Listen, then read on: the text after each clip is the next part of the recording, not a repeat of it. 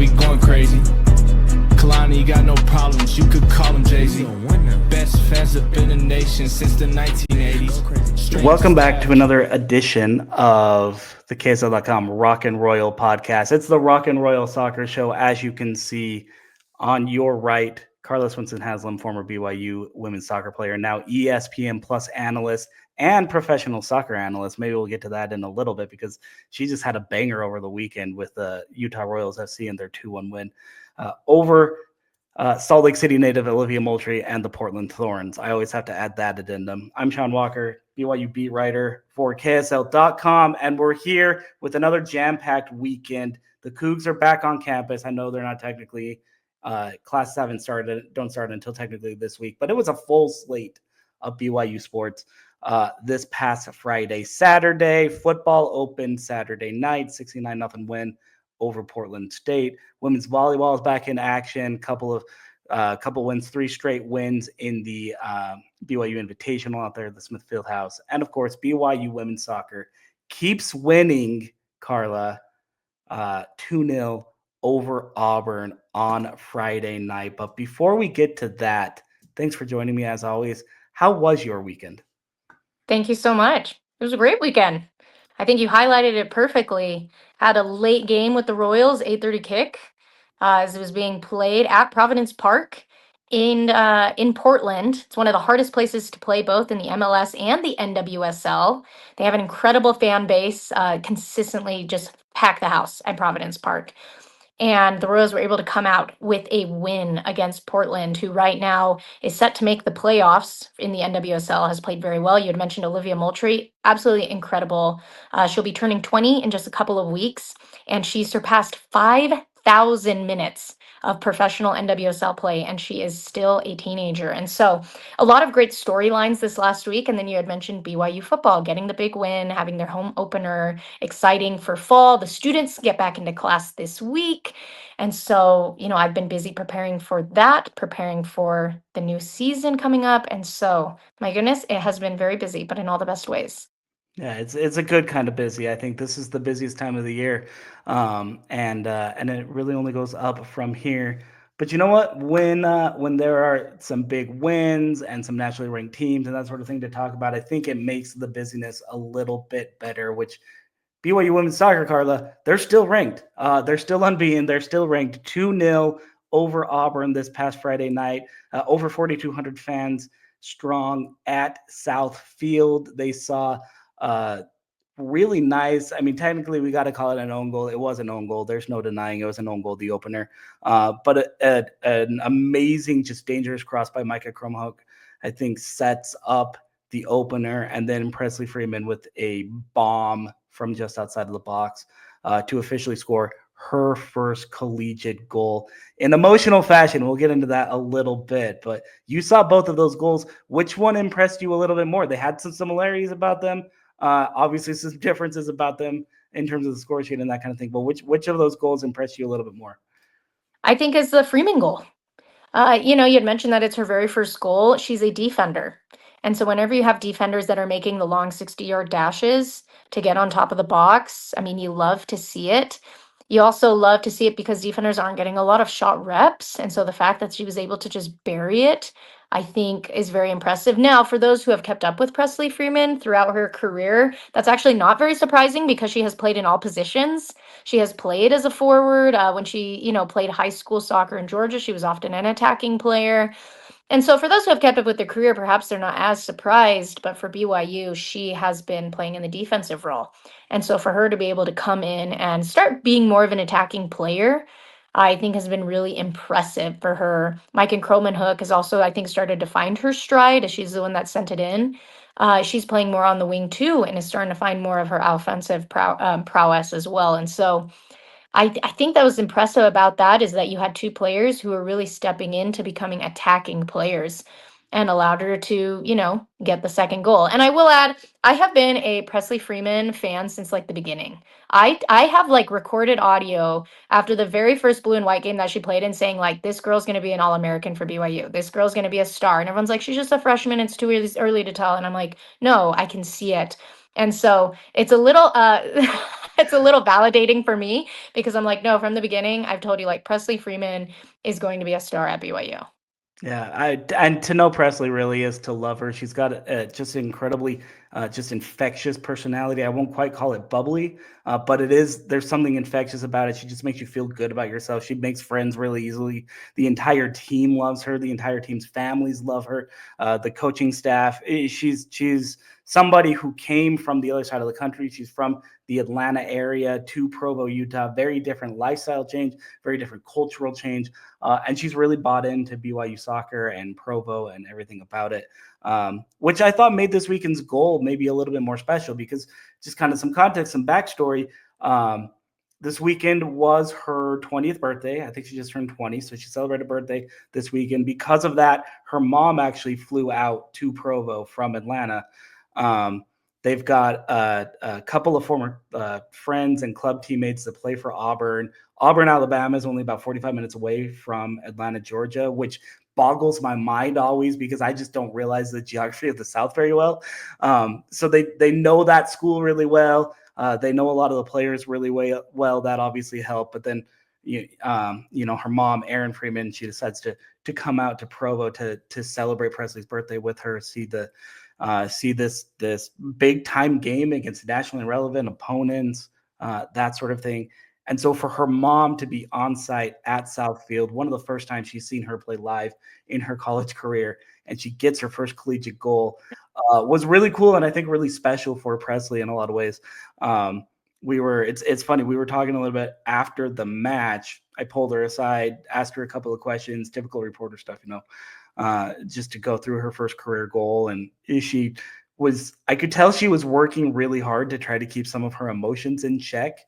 And no more than maybe 2 seconds after we stopped talking, her mom came onto the field and just wrapped her arms around her daughter, gave a big old bear hug, and just said, "I'm so proud of you. I'm so proud of you." It was really touching.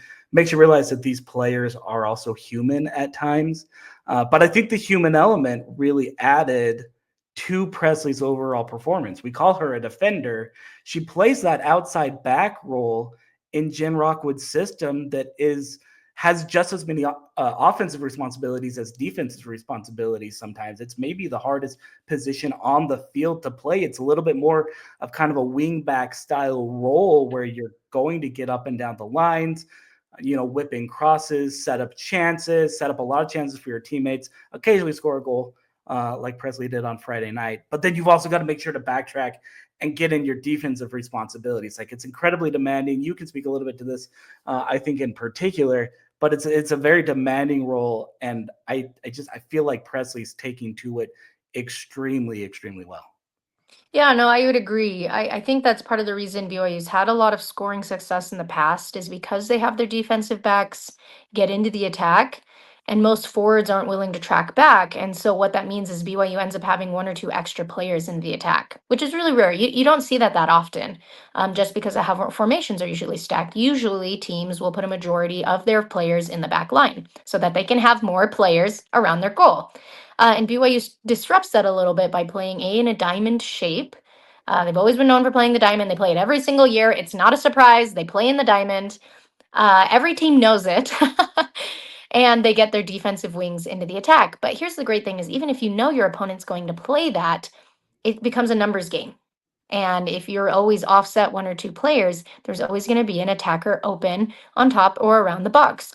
And that's exactly what happened in the two goals, but specifically the Freeman goal is she was just unmarked. There were players running to her, but the dash that she made didn't have someone, tracking back with her. And that's what allowed her to have an open player and get inside of the box. And so, BYU, I think they recruit very heavily on, are there offensive players that we can move into a defensive position with the expectations that they will get into the attack? Yeah, and I think that was kind of the big deal. That was sort of the change from the first half against Auburn to the second half. Auburn put up 9 shots in the first half against this BYU defense. Not necessarily great chances. They only had 1 shot on goal, and I think that's a credit to BYU's defense. Peyton Collins, by the way, getting her second straight shutout at home. We probably should mention that more than 10 minutes into the podcast right here. But I thought BYU's defense handled Auburn pretty well. They gave up a decent amount of the ball. They gave up a lot of chances. even if not always high quality chances. They're kind of the chances that maybe you want to give up a lot of times. Payne makes one save in the first half. It's scoreless. And then at halftime, Coach Rockwood goes in the locker room, sits down her team, and she says, get forward, throw numbers forward, put a bunch of balls into the box, see if something can happen. And I really thought that both goals came from attacking players or semi-attacking players. In this case, we've touched on them, Presley Freeman, Micah Kromanoke, getting forward, putting a ball into a dangerous area, and just see what happens. Sometimes soccer's a funny game, right, Carla? But if you put a ball in a dangerous area and see what happens, more often than not, it feels like that's going to be an advantage for the attacking team, right? Is that too simplistic of me, or? No, I mean, it's again, I think of just straight statistics. Like statistically, if you are getting shot after shot after shot on goal, one's going to go in. And you're right, soccer's a cruel sport. You know, sometimes there are crazy numbers. I have played in games at BYU where we get 25 shots on goal and like one will find the back of the net, right? So it doesn't guarantee it. But statistically, if you have a high volume of attacking, opportunities, at least one of them is going to go in. The other thing to consider is, you know, the more time you're spending in your opponent's half getting shots and corner kicks and opportunities, that's the less time your opponent is in your own half. Sure. And so part of that shutout comes not only because of great defense and Payne Collins, I give them full credit, but a lot of it is because when you spend all the time in your attacking half, it's hard for the other team to really build anything. It's hard for them to build any sort of momentum. And now your opponent is forced to score on a counterattack, which can happen, but it's much harder. You don't want to be relying on counterattacks to win games, right? You want to be using counterattacks as a way to supplement your scoring and your games. And I think that's why BYU was able to get the shutout, was because in that second half, they made the adjustments to spend more time in their opponent's half, that Auburn was left to rely on counterattacks. And again, it's just not a sustainable way to win a game. Yeah, BYU, to your point, they completely flipped the script in the second half. Outshot the Tigers 9-3 overall. Auburn didn't have a single shot on target in the final 45 minutes, which I think just speaks to your point right there. You spend a lot of time in your opponent's half. It gets more difficult to find some momentum and to really just kind of find some speed and some rhythm in the offensive game for your opponent. So good win over an SEC team that's a little bit in transition. Auburn under a little bit of a cloud right now with a first-year head coach and a whole bunch of new players, roster turnover in the age of the transfer portal. That's pretty normal when you have a coaching change in most programs and really all college sports right now. That's the era that we live in. But nonetheless, I think a really good win over a quality SEC side for this BYU team. I did want to touch really quick. You touched on Micah Kromanoke's. Micah, I'll say gets, I'll put up some air quotes here, gets the first goal. Again, it goes down into an own goal, as an own goal, 57th minute, Maple Mountain product, gets to the end line, crosses the ball into the box. An Auburn player tries to clear it. She's an attacking player, mishandles the ball and just sends it right into her own far post in a lot of ways.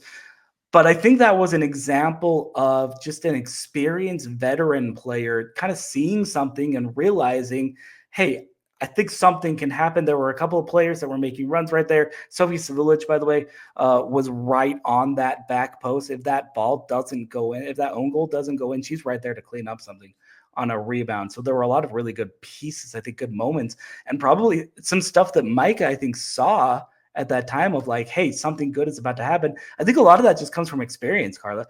This is a player, we talk about Micah Kromanoke being an experienced veteran right now with BYU.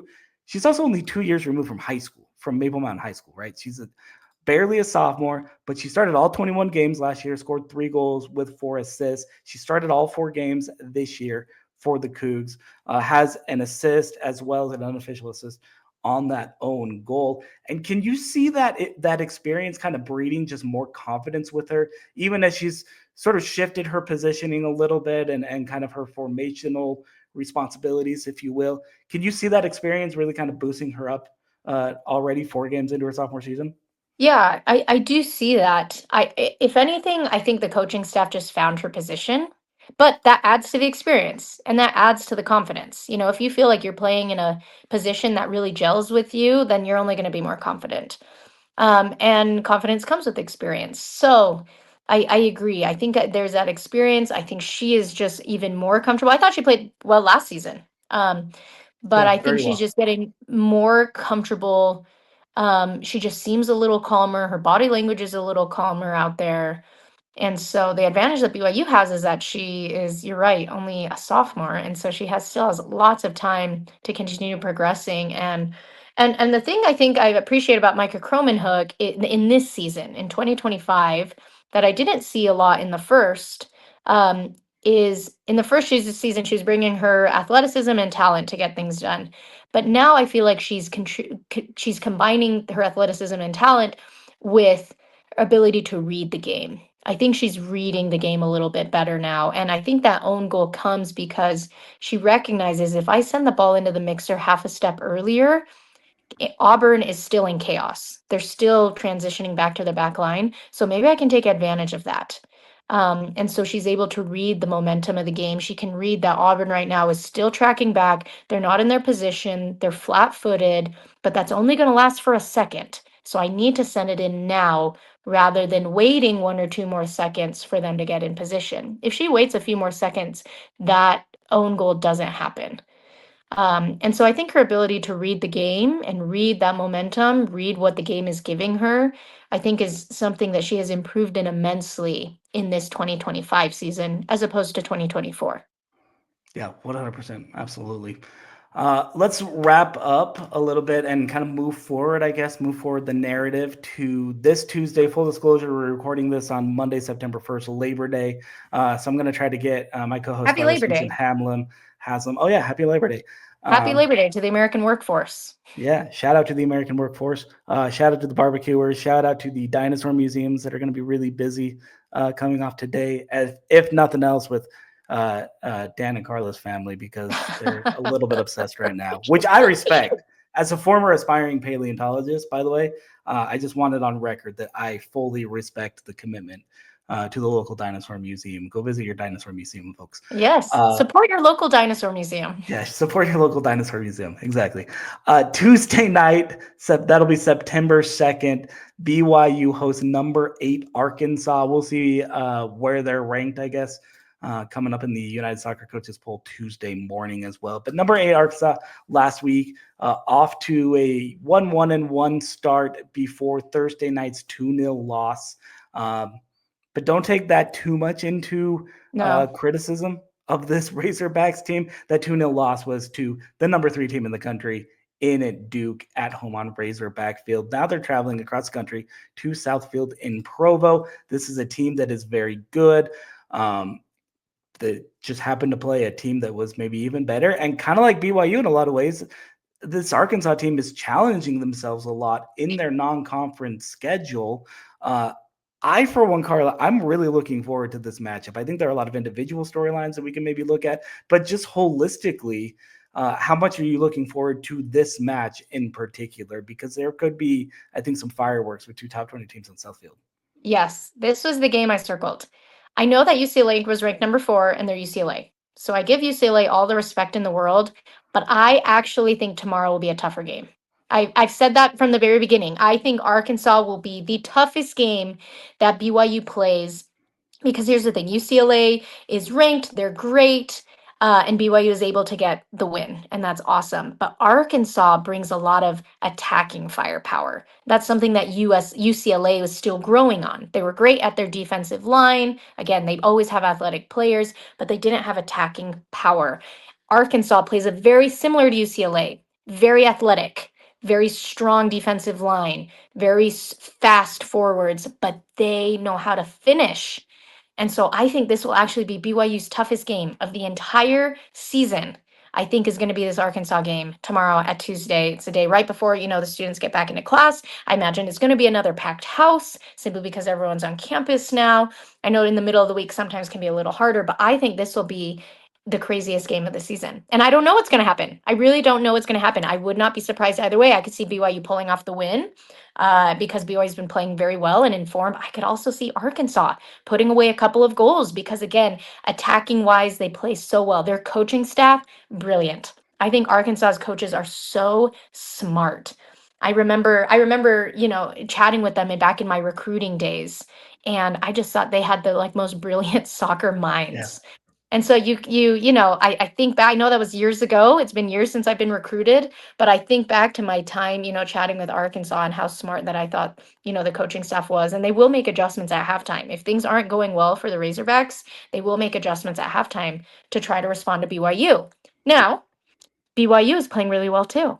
So I think it'll be a great game. I think you're gonna see a lot of opportunities. I think you're gonna see a lot of highlight reel worthy stuff, whether it come from the attack or from goalkeepers having to make huge saves. I think it is going to be, and it's going to be physical. Tomorrow's going to be a physical game. The Razorbacks have always been known for being just a very strong, aggressive, and physical team. And so you're going to see a lot of pushing and shoving. I would not be surprised if you see a lot of a high foul count, especially coming from the Arkansas side. And so, how does BYU respond to that? UCLA was a pretty physical team too. Auburn is a pretty physical team for the most part. But I think this Arkansas team will be the biggest challenge that the Cougs face. Now, the advantage the Cougs have is that they're at home. That always makes a big difference. And so, for the fans that cannot make it to South Field tomorrow, because again, I imagine it will be a sold out crowd, catch it on ESPN Plus because it is going to be a game. That is called a promo in the biz, and that's why Carla Swensen-Haslam is a true professional right there. 7 p.m. Mountain Time on ESPN Plus. Number 8 Arkansas visiting number 11 BYU. This is the 4th ranked opponent in Arkansas's first 5 matches. Let's think about that one for a quick second. They opened the season with a 3-2 loss to number 13 Iowa, tied number 2 Notre Dame 2-2, and one of many, quite frankly, stunners of the early part of the college soccer season. Friday and Saturday were incredible with upsets, both on the men's and the women's side. So I don't want to put that too high, but it's been awesome. Then they head home for a 2-0 win over Georgia Southern. I mentioned the 2-0 home loss, but to number 3 Duke. So nothing to sneeze at right there. And now they're on the road at number 11 BYU. I just want to give Arkansas some flowers, some props for scheduling such a tough non-conference schedule. Again, it's a little bit like what Jim Rockwood likes to do with their teams. Try to battle test your team before you get into conference play, which is the most important part of the season. Raise that RPI up a little bit. Put yourself in a spot for an NCAA tournament bid, an at-large selection if you don't win your auto bid. I think Arkansas is playing the schedule game really well, and they're playing well overall in general, including, I think they've got a player playing pretty well that BYU fans and certainly BYU coaches and players will know really well. Former BYU forward Erin Bailey taking her final season of eligibility with the Razorbacks. The 5'5" native of Layton High School, spent 3 years in Cougar Blue, went to a couple of college cups, transferred this offseason, wound up in Fayetteville. Didn't waste much time, EB did, in finding the score sheet. She scored a pair of goals against Oral Roberts in an exhibition game, and then she's got one on the season in the regular season for Arkansas. Do you think Erin Bailey is going to be motivated coming back into Southfield and back into a bunch of former teammates? Or how do you think that'll play out just emotionally, both for BYU, for that side, her former teammates, and also Erin coming back in? Yeah, definitely. And I think for Erin specifically, I think it's a game that she has circled on her calendar and that she is probably coming in with high emotions It for. probably better be. Yeah. It should be. A lot of emotions for, and she had a great career at BYU, scored a lot of goals, got a lot of assists as well. And so I have no doubt that it's a game that she wants to play really well in. And obviously you always want that when you're playing against, one of your former teams, but I would say it's even heightened for Erin Bailey, more than maybe usual. Maybe more than usual when you're playing against your former opponent or your former team, I mean. And so, and so what I'm interested to see is how she responds to that. You know, players can go either way. You can be like an Ellie Walbrook, who when she plays against UCLA is so honed in and it works. And, you know, there are other players that it's like a really emotional and there's a lot, you know, a lot of memories associated with it. And so sometimes players don't perform as well because of that. And so I don't know what's going to happen. I know Erin does well under pressure. And so I would expect that tomorrow she will be bringing her top game. Yeah, and I would absolutely expect a fireball, maybe in some ways literal with her play on that soccer pitch on South Field. Tuesday night, if you can't catch it, ESPN Plus with Greg Wrubell, Carla Swensen-Haslam, my stunning and notable co-host who really makes this entire podcast go. I appreciate her joining some guy every week to break down BYU women's soccer. We love it. I'll be with Spencer tomorrow. Spencer Linton will be joining us on the show. Oh, no, Greg tomorrow. That's right. Spencer's back on. I apologize, Spencer. I'm sorry. He's not going to listen to this, but I really do apologize. Maybe they're both him. Wonderful. Greg and Spencer are both wonderful. Mary Hayes. I'll bring Spencer some crumble cookies or something to make up for it. We'll figure something out there. Luckily, they're both awesome. Yeah, Spencer and Carla tomorrow at 7. On ESPN Plus, or try to get one of those esteemed tickets to South Field. I got a feeling it's going to be another packed environment. Like I said, more than 4,200. It was a standing room only crowd last week to host Auburn. I think at least as many people show up. Maybe even they try to cram a little bit more if the fire marshal will let them through the door. That is. As always, appreciate Carla Swensen-Haslam, my notable co-host, joining some guy to talk BYU women's soccer. appreciate you guys tuning in. We are on YouTube. Give us a like, give us a follow, give us a subscribe. If you're only listening audioly, at Rock and Royal Pod on YouTube. We're trying to grow a little bit over there. I know I very much have a face for radio, but I wanted to try to put Carla a little bit more front and center because she really is. I'm not just buttering her up. There are few people, I think, in this market who know more about this BYU women's soccer program than Carla Swensen-Haslam. So you guys really should get to know her a little bit. As always, subscribe, Apple Podcasts, Spotify, Amazon Music, anywhere else you get podcasts. And of course, don't forget to head on over to South Field. Know you with me. Thanks for all the fish. Let's get it, baby.